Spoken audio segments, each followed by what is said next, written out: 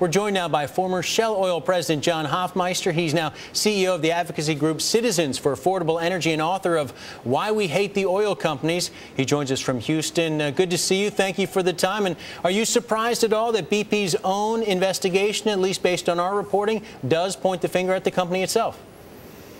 I think it's good to get information right from the source. I think there's still more to find out as this investigation goes forward. You know, what about the design of the well? What about the placement of the spacers and before the cement job? What about the cement job? What about the blowout protector? These are all factors which still have to be looked at. What about the quality of communications on board? How did we ever misread these well tests? This is a basic behavior. This is a basic requirement of any kind of well drilling, and this really speaks to what a lot of people have been saying right along. This is not an industry problem. This is a problem on one well by a couple of individuals who didn't know what they were doing. So the idea that this could be duplicated, that this could be a problem elsewhere, you just don't buy it. This is an individual mistake. I think the president has fraudulently accused the entire industry of not being competent, thus the moratorium. I think that's dead wrong because companies know what they're doing. Some individuals can make mistakes, but I think companies know what they're doing out in the Gulf of Mexico.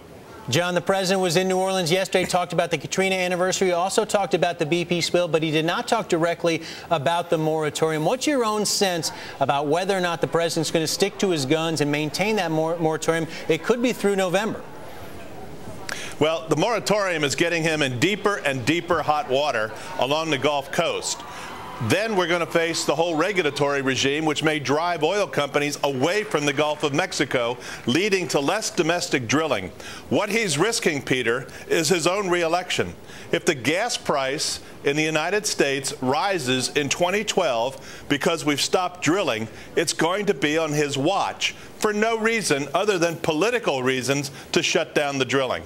As you know, John, there are going to be a lot of Americans out there, people who don't live along the Gulf Coast. They're going to see the president putting the stop to deep water drilling, given what's taking place in the Gulf of Mexico, and say, that's perfectly reasonable. We need to be assured that this cannot happen again. You just don't buy that? 40 years and more than 40,000 wells speak for the safety and the discipline. When you have an individual on a BP rig who misreads test results, that's not the entire industry. That's one person who did not know what he was doing. The entire industry should not be blamed for the actions of one single individual who wasn't really experienced enough to do his job. What about, John, again, the moratorium, once it lifts, you raise concerns about whether there will be an effective moratorium, whether they'll actually get the green light to do any more drilling. How long do you think until we see deep water drilling again take place in the Gulf of Mexico, new wells? New wells, I think it's upwards of 1.5 years to 2 years, to be blunt. I'm sorry to say that, but I think the new regulations are one thing. So getting permits is going to be very difficult. I also think that the whole anti-drilling effort of many parties in this country will cause a challenge, a legal challenge, to any permit that ultimately is granted. So we'll find ourselves in court as to whether we can drill again. And the courts will decide if we can drill. That's years off, Peter, and I think that will lead to a diminishing of crude supplies. And all we're doing is we're exporting risk because we'll be importing more oil, and it will be much more expensive oil. You helped run Shell Oil here in the United States, John. What are the major companies that operate in the Gulf going to do in that context? If you're right, are they going to head elsewhere? Well, the big oil companies have options around the world as to where they're going to spend their capital. Nobody needs to worry about the viability or the resilience of the big oil companies.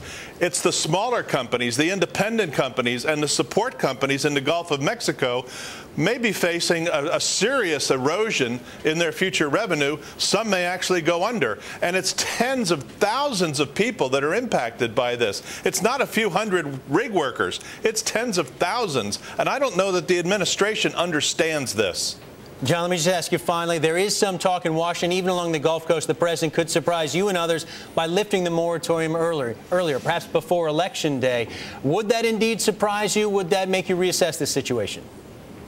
I think he really wants to lift the moratorium because he knows the trouble it's causing. Yeah. But what we don't know is the regulatory regime which will follow and how difficult it will be to get permits once the ban is lifted. I got to cut you off there.